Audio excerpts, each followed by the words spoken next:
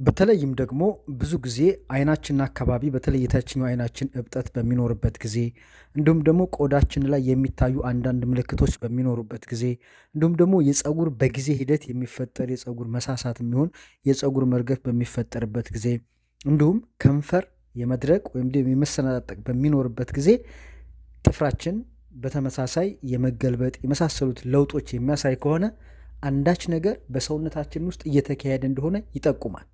ለመሆኑ እነዚህ አሁን የጠቀስኳቸው በሰውነታችን ውስጥ ምን ሲከሰት ነው እነዚህ ለውጦች ሊታዩ የሚችሉት?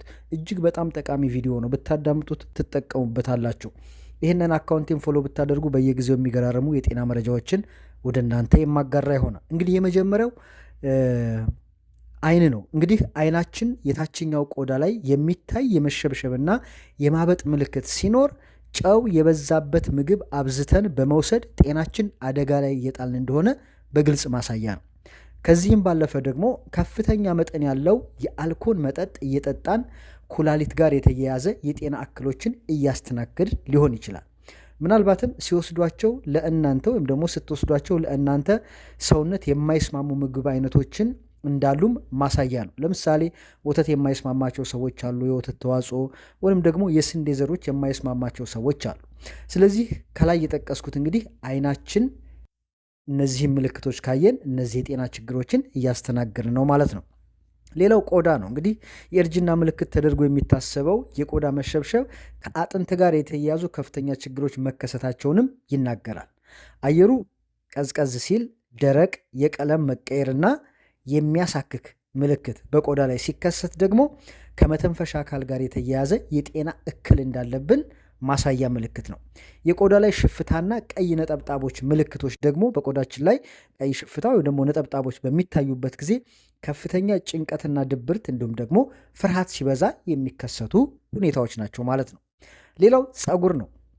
እንግዲህ በጊዜ ሂደት የሚፈጠር የፀጉር መሳሳትም ከጭንቀት ከተመጣጠነ ምግብ እጥረት አልፎ አልፎ ደግሞ በእርግዝና ወቅት በሴቶች ላይ በሚወሰድ የወሊድ መከላከያ መድኃኒት የክብደት መቀነስና መጠነኛ የጤና እክል መኖሩን ማሳያ ነው። ምን ሲሆን ፀጉራችን በሚረግፍበት በሚሳሳበት ጊዜ።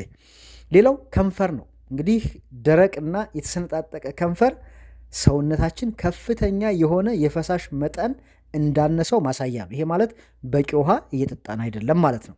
ሰውነት የሚያስፈልገውን ቅባት ሲያንሰውና ይህንን ተከትሎ ደግሞ መገጣጠሚያ አካባቢ ላይ ችግር መፈጠሩንም ያመለክታል። የሰውነት በሽታ የመከላከል አቅም መዳከሙንና በባክቴሪያ ወይንም ደግሞ በሌላ ተዛማች ቫይረስ ከንፈር ላይ ጉዳት መድረሱንም ማሳያ ጭምር ነው ማለት ነው። ከንፈር በሚሰነጣጠቅበት ወይም ደግሞ በሚደርቅበት ጊዜ ማለት ነው። የመጨረሻው እንግዲህ ጥፍራችን ነው።